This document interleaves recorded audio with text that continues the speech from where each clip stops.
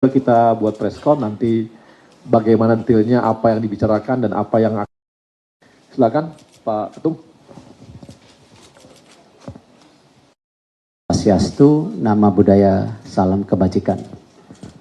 Memang dinamika dalam menyusun tim yang kuat, solid, dan juga sesuai dengan rencana besar PSSI yang berulang kali saya sudah sampaikan bahwa roadmap yang kita ajukan ke FIFA itu kan salah satu yang memang FIFA apresiasi, bahkan menjadi percontohan di banyak asosiasi.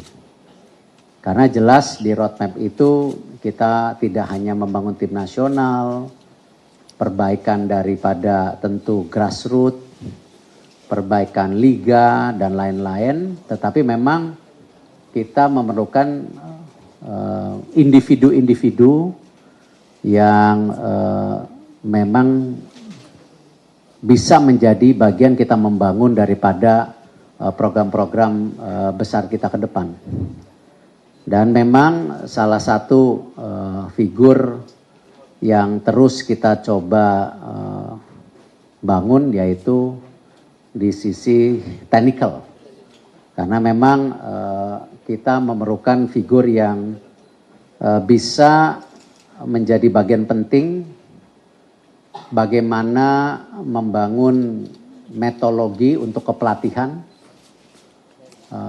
juga menjadi bagian kami mereview daripada tentu performance pelatih, berdiskusi juga dengan baik dengan pelatih tim nasional, juga mengoptimalkan pemain dari tingkat tentu yang amatir ke profesional, roadmap untuk juga talent pool tim nasional, dan juga mendukung wawasan dan rencana teknis dibandingkan beberapa negara.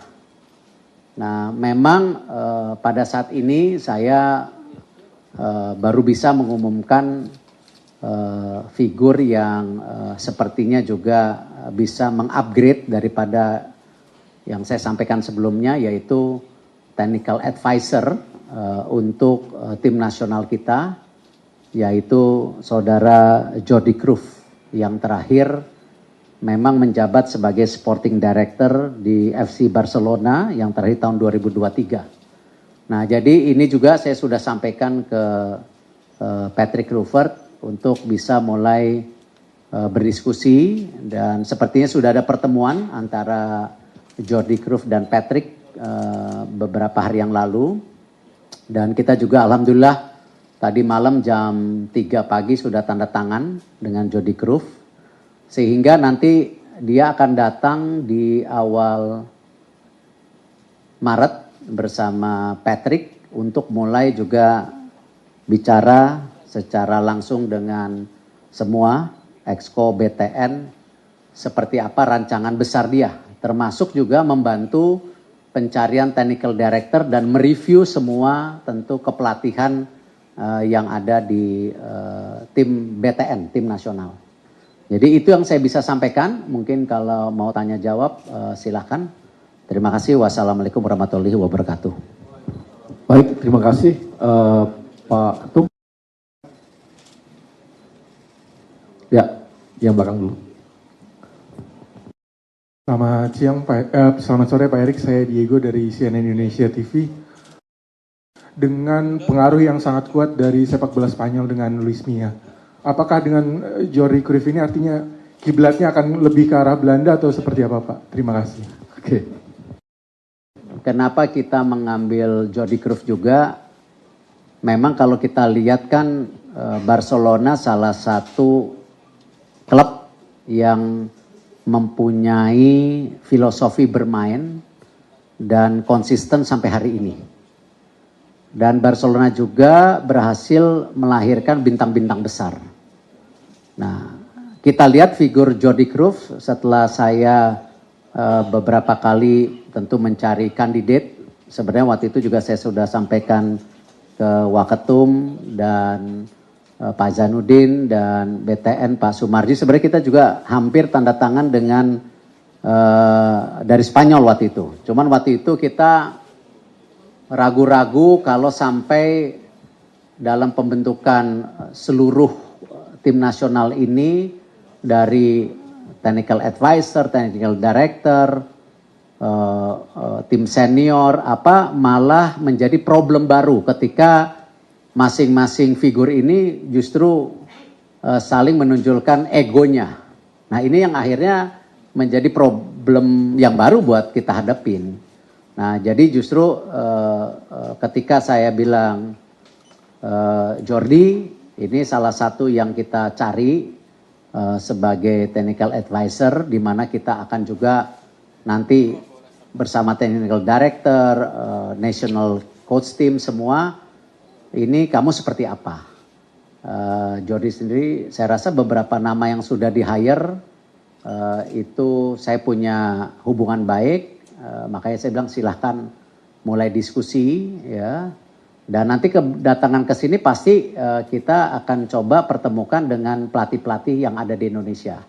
Karena salah satunya tadi yang saya sampaikan yang terpenting, dia harus menjadi bagian dari PSSI, BTN untuk mensupervisi dan mengadvise daripada semua rangka yang kita miliki di tim nasional.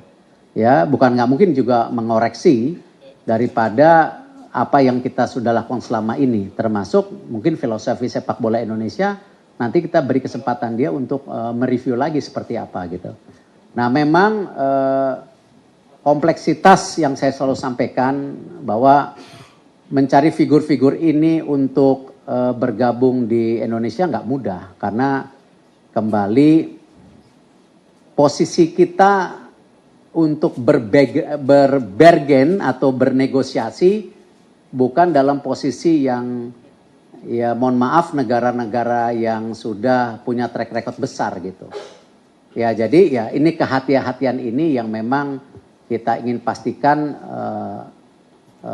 individu yang bergabung ini benar-benar bisa punya mengerti kultur kita, kelebihan dan kita, kekurangan kita, dan termasuk juga komponen yang ada di tim nasional kita saat ini gitu.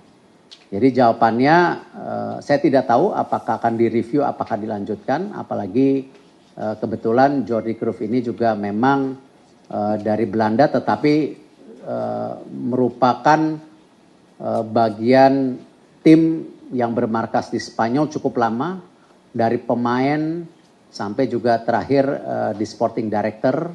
Saya rasa jabatan yang tentu prestigious. Dan saya juga apresiasi Jordi ketika interview dengan saya sangat serius. Bahkan saya ketika interview, saya cukup, aduh ini bisa nggak kita memberikan komitmen yang sama seperti yang diekspektasikan beliau ya. Jadi tapi saya pikir udahlah ini hasil yang kita bisa dapatkan, dan nama ini punya pengaruh besar di secara dunia sepak bola. Jadi saya pikir ya ini pilihan yang terbaik saat ini yang kita bisa alignment dengan seluruh komponen tim nasional kita. Oke, baik. Tadi ada. Itu ada beberapa figure yang pikir kita bisa maksudnya dalam tahap negosiasi itu bisa mendekati, tetapi ya kita lihat mungkin saya juga mesti berhati-hati jangan sampai tadi ada hal-hal yang justru kontraduktif ketika kita mengumpulkan nama-nama besar tetapi sebenarnya kita belum siap. Nah, Jordi Cruyff dari interview saya coba engage sebagai technical advisor dan dia bilang abis ini kita akan lakukan ini. Dia sangat terbuka, bahkan ketika saya minta mulai berdiskusi dengan tim kepelatihan ada juga terbuka. Ini penting buat saya karena kita ini membangun teamwork ya, bukan membangun individual. Apakah ini Erick Thohir sebagai ketua umum, apakah ini Exco, tidak. Yang kita bongkar selama ini 2 tahun terakhir bahwa PSSI ini merupakan sistem yang dilakukan secara tim bukan individual base. Memang ya saya sebagai ketua, saya minta kepada Exco untuk diberi kesempatan memimpin. Tetapi ya tentu beberapa diskusi kita sangat terbuka dan ini penting dalam membangun tim nasional kita karena ekspektasi dari masyarakat makin tinggi.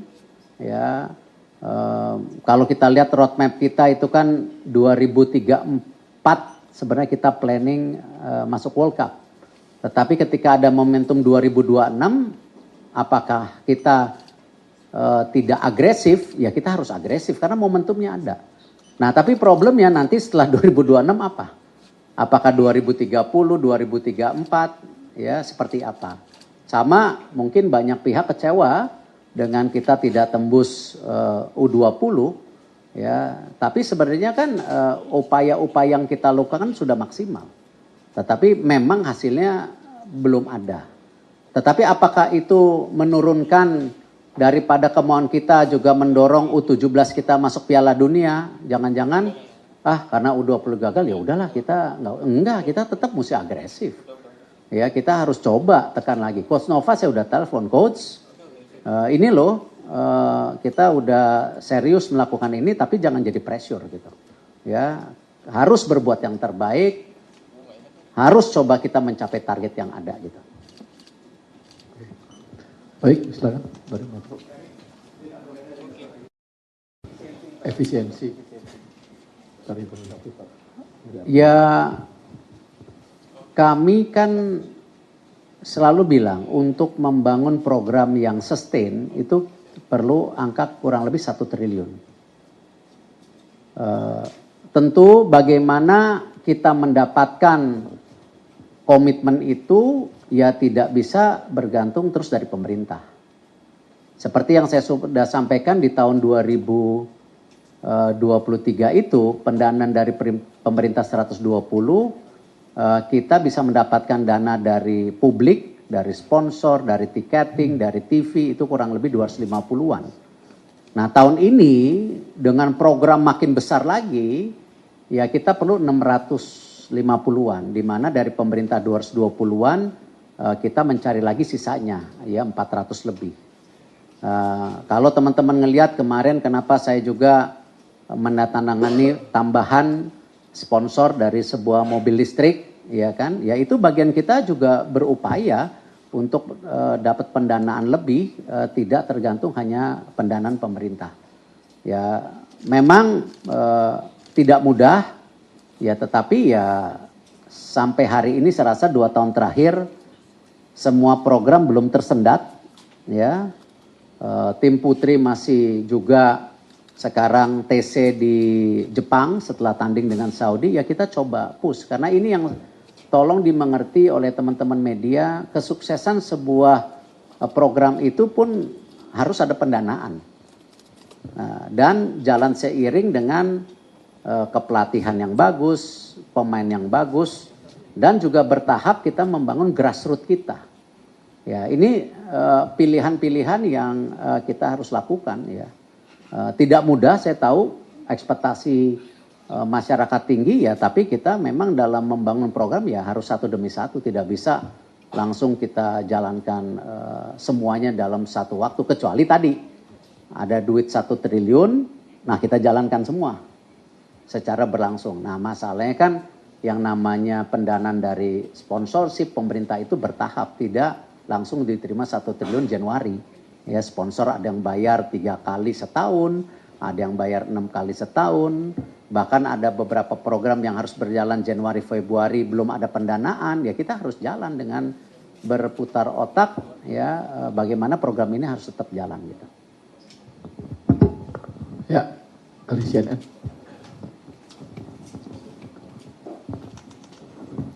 Terima kasih, saya Abdul Susila Pak dari cnnindonesia.com. Ada 3 pertanyaan Pak. Yang pertama, apa sih Pak tupoksi yang diberikan PSSI kepada Jordi dan apa bedanya tupoksi ini dengan direktur teknik nantinya yang belum ada selama masih kekosongan ini Pak? Yang kedua, dalam wawancara Bapak dengan Jordi ini, apa sih Pak yang membuat Bapak yakin apakah itu filosofinya ataukah dia meyakinkan akan lahir Messi dari Indonesia misal Pak? Itu yang kedua. Dan yang ketiga Pak, kemarin kita wawancara dengan Pak Menpora, katanya Coach Indra Safri ditugaskan di SEA Games, apakah itu sebagai asisten atau bagaimana? Terus pelatih U20 siapa sih Pak? Terima kasih. Kalau ditanya pelatih U20 belum ada, karena kita kan melepas Coach Indra Safri. Kalau ditanya pelatih U23 siapa? Sudah ada, namanya Gerald. Ya, lalu apa tugas Jordi terpenting hari ini? Ya memang coba membantu memberi masukan secara teknikal dan coba memperbaiki daripada mengembangkan filosofi sepak bola kita. Ya, termasuk nantinya mencari direktur teknik buat kita. Karena ini yang saya sampaikan, dengan posisi kita seperti hari ini, ya kita tidak mudah juga dalam merekrut individu-individu untuk sekedar bergabung tanpa tentu tadi bagaimana kita membuat tim yang baik gitu. Ya, saya yakin dengan Patrick Kluivert bergabung, terbukti banyak asisten yang dia rekrut juga itu ya dengan standar yang tinggi. Bahkan ada beberapa pemain yang sebelumnya masih ada pertimbangan, ya, tetapi terus bahwa kita ngelihat ini kesempatannya makin besar, ya itu pilihan. Nah di sini ya Jordi setelah saya interview ya kembali dia sangat detail, ya, dan pada saat ini kita perlu wingman yang memang tidak terjebak di day to day persiapan dari masing-masing tim. Ya hari ini kan semua sedang fokus di masing-masing, Coach Mochi fokus, ini juga Coach Patrick fokus, Coach Nova. Ya kita perlu juga ada seseorang yang lebih independen untuk memastikan program ini bisa berjalan gitu. Nah hari ini sementara itu yang saya bisa janjikan.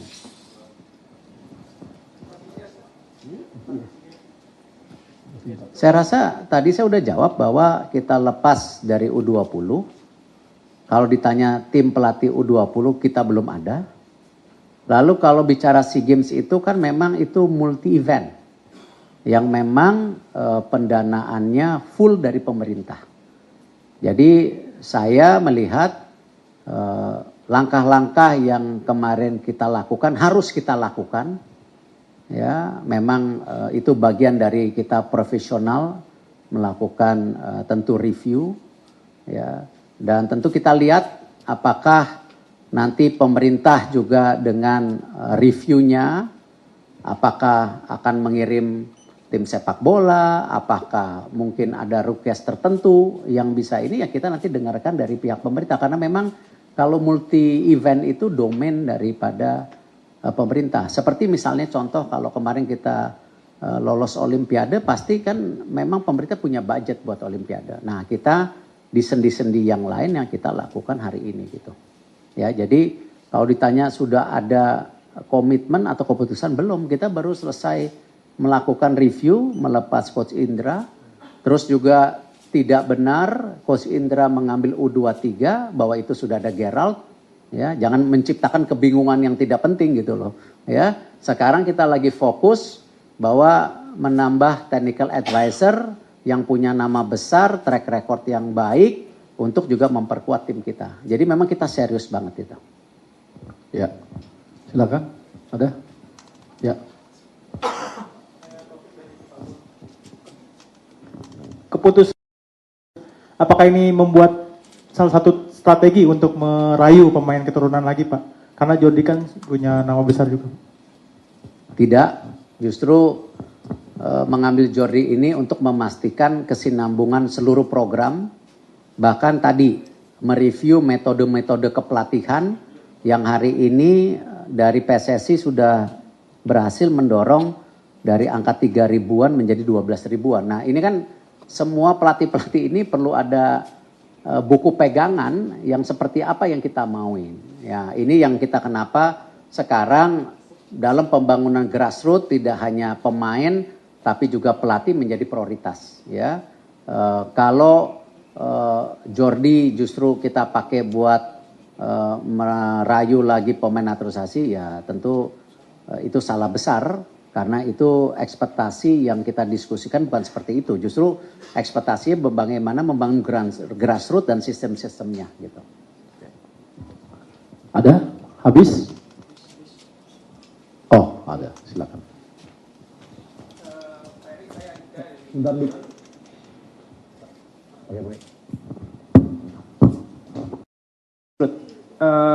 Menilik dari kekalahan atau kegagalan kita di Piala Asia kemarin, berarti kan kita butuh kompetisi grassroots yang berjenjang dan konsisten diadakan setiap tahun. Seperti kata Pak Erik pekan lalu, akan ada Liga Putri juga 2027. Lantas saya ingin tahu bagaimana rencana PSSI untuk kompetisi kelompok umur yang berjenjang ke depannya.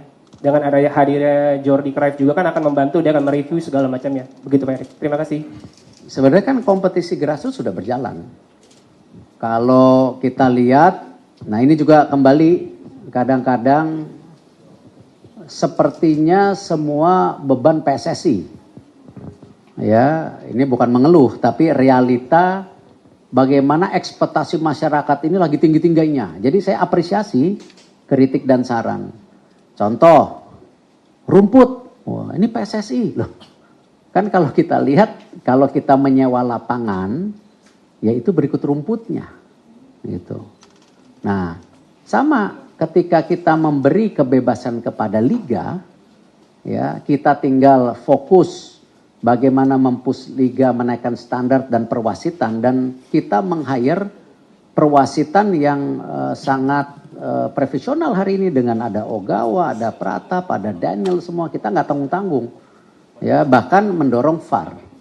Nah, di liga sendiri sudah ada yang namanya Elite Pro Academy yang sudah berjalan jauh lebih baik dari sebelumnya, Pak Waketum, Pak Marji ya, gitu. Bahkan di Elite Pro Academy Liga 2 pun sekarang sudah mulai dikembangkan. Nah, sekarang kalau kita tanya apakah PSSI tidak mengembangkan Piala Suratin, Pertiwi, kita jalankan. Yang selama ini belum ada kalendernya kita lakukan. Nah, tinggal yang kita lagi mau improvisasi mulai tahun depan, bahwa untuk Pertiwi dan Suratin ini yang usianya di bawah 17 tahun, jadi U16, U14 itu nanti fokus di daerah. Yang kita nasionalkan itu yang U17 ke atas. Nah, hal-hal seperti ini ya memang jangan juga semua terjebak hanya tim nasional, liga, tanpa melihat apa yang sudah dilakukan untuk grassroots. Ya memang kadang-kadang overshadow karena beritanya nggak ada, terus tidak bisa ditonton, tetapi realnya ada, itu berjalan gitu. Nah, jadi ini yang kita akan dorong, ya. Saya rasa sudah ada kesepakatan, misalnya bagaimana Elite Pro Academy tidak bertabrakan jadwalnya dengan Piala Suratin, belum ada loh selama ini. Selama ini kadang-kadang Elite Pro Academy main, Suratin main. Nah, ini sudah ada jadwalnya. Nah, tinggal apakah kualitas daripada Elite Pro Academy-nya yang di bawah liga bisa lebih baik, apakah Suratin lebih baik, ya itu tentu tupoksi masing-masing antara PSSI dan liga. Seperti juga bagaimana kalau kita menyewa sebuah lapangan, ya kita berharapkan fasilitas di lapangan itu juga sesuai dengan standar termasuk rumputnya. Nah, hal seperti itu. Oke, ada lagi? Ya, ada lagi.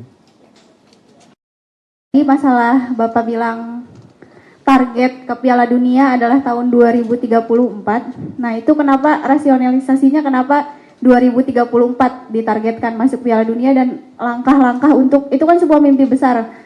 Langkah-langkah atau programnya supaya timnas bisa masuk ke Piala Dunia 2034 tuh seperti apa, Pak? Terima kasih.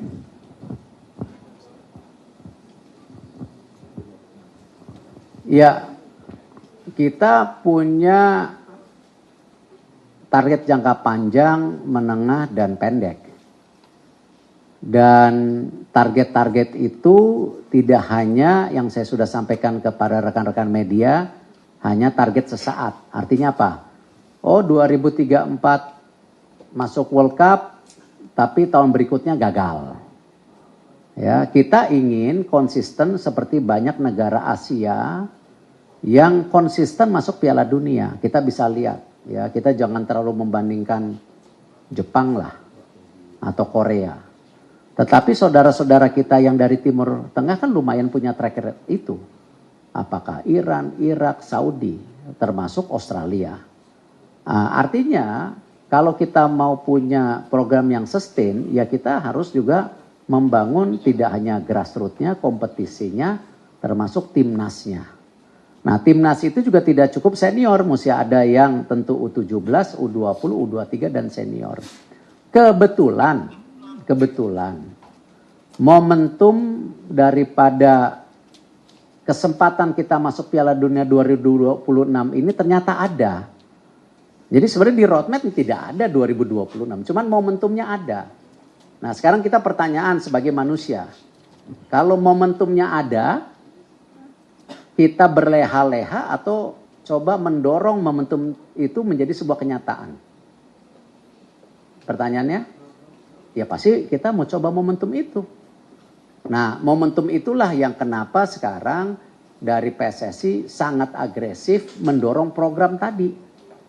Mendorong program bagaimana tim senior kita punya program yang baik, termasuk pelatih yang tentu baik, tetapi sekarang nggak cukup di situ. Saya mau dampingin lagi.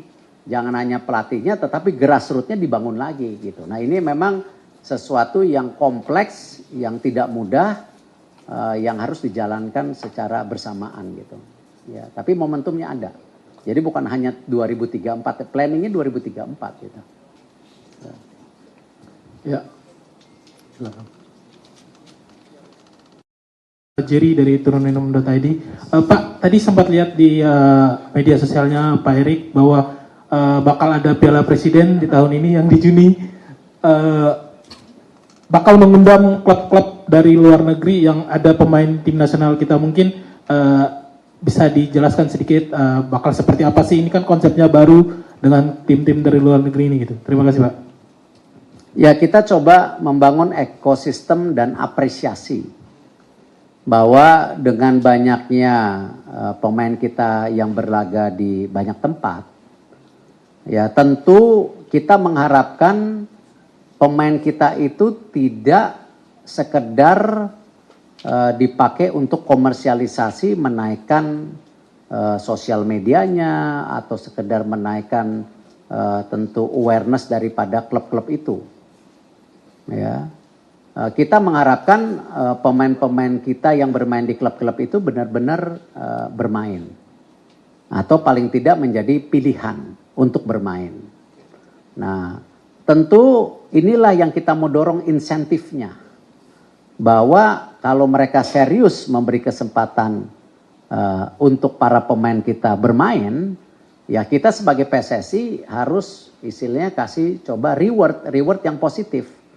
Ya, bahwa ayo datang ke Indonesia, ayo bangun sepak bola kita sama-sama. Bukan tidak mungkin ya klub-klub ini bisa punya sister club di Indonesia, atau juga bisa memberi kesempatan ya bahwa pemain kita bisa ditonton ya dengan seluruh supporter yang ada di Indonesia. Jadi niatannya itu. Jadi kita ingin coba menjembatani bagaimana komitmen para klub-klub ini dengan juga value-value tersendiri yang kita punya di negara ini. Itu aja kira-kira. Jadi supaya kita coba bangun ekosistemnya lah tadi yang saya sampaikan. Dan kita ingin mereka juga serius menjadi bagian daripada pembangunan sepak bola Indonesia gitu. Habis, teman-teman? Baik. Terima kasih, Pak Ketum. Terima kasih teman-teman wartawan atas kehadirannya. Semoga